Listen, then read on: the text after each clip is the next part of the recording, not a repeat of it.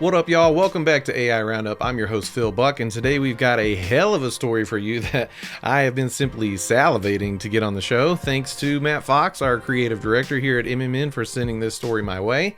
From VentureBeat, by way of the MIT Technology Review, a new weapon in the fight against AI art plagiarism has arrived. And we're going to unpack this new tech called Nightshade from developers at the University of Chicago. And don't worry, in keeping with the spooky Halloween vibes from the last show, the name is just as ominous and potentially deadly as it sounds.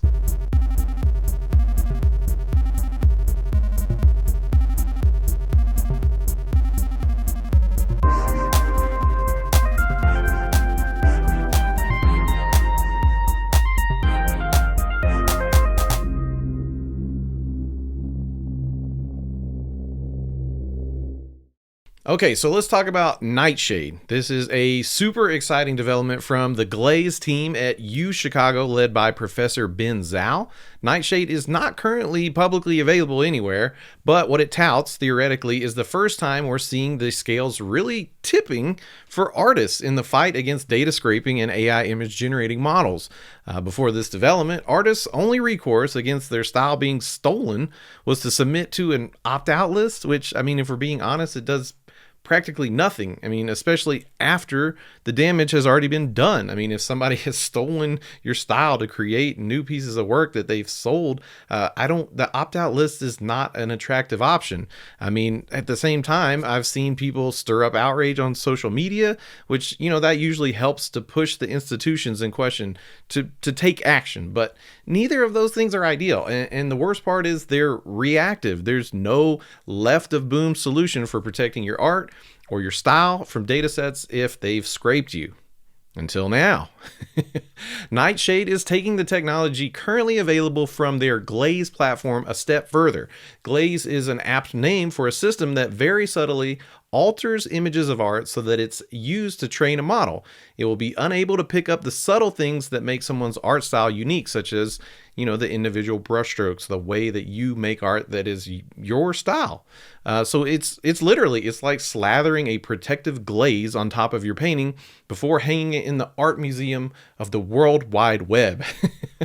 Glaze alters the image in a way that is indiscernible to the human eye, and it works differently every time it's used on an image, so it's equally difficult to reverse engineer by an algorithm. This is pretty cool, and I mean, the paper says it's not future-proof, but for now, it's one of the best solutions we've seen to this problem. So I think it's really cool. There's already a team developing ways to protect artists' work from scraping, but Nightshade takes it up to another level. I mean, it works in a similar way by altering an image slightly, but the big difference is that the way the image is altered, it not only distorts what's in the image to the AI training, but it actually injects false information about what's in the image. So a good example provided in the study was that an image of a dog that was altered in a way that you and I, we would still see a dog in this image, but the training engine thinks it's looking at a cat. And the more these images were used to train a model, the worse the results got, to the point that if you prompted one of these models for a dog, you'd get a cat. So it's literal poison to the model, and it will basically render a model that was trained this way on these poison samples. They'll be totally unusable. Okay, so let's zoom out a bit. Let's talk about the ramifications this has for artists and AI image generators. In the paper about Nightshade, it stated that this method can corrupt a stable Diffusion XL model with less than 100 samples. So that's pretty impressive. And while I think this method is a great move in the right direction for artists who are really just seeking the first way to strike back at scrapers stealing their work, it really means that this protection is quite limited. I mean, it hasn't been proven that Nightshade could prevent one of the giants like Midjourney or DALL-E from training on someone's art. And the main use case here is that it would prevent an individual user at home from specifically training something like a Laura or their own fine-tuned model on someone's art style. So this is great in theory, but it's also super specific. If this method did work on one of the bigger companies like MJ or DALL-E, then, I'm certain developers working on the new model would just, they would realize that the model has been corrupted and it would never go to market. So in that sense, it's not a greater push to stop the people that, basically they're waiting on lawsuits to tell them not to do this. This isn't the antidote quite yet. So, this is a very small move in the right direction for AI image generators, but I think it is a great sign that there's going to be a rebalancing that will eventually happen with tools like this. And like I said, many pending lawsuits that will inevitably create a massive change in the way that corporations approach training large language models.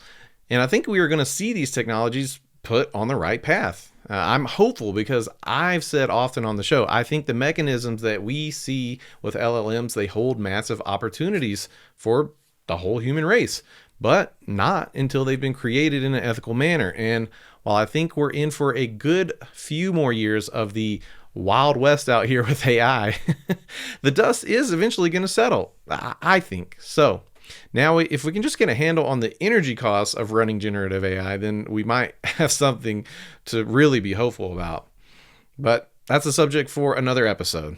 So let me know your thoughts. Is the AI more trouble than it's worth, or do you see developments like Nightshade as an indicator that we can make it work? Sound off in the MMM Discord.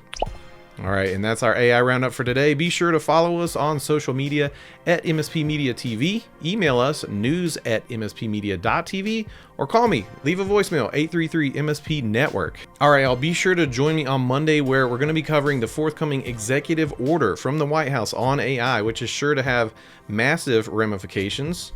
And this has been your October 27th episode of AI Roundup. I'm Phil Buck, and I'll see you next time. This has been a broadcast of the MSP Media Network.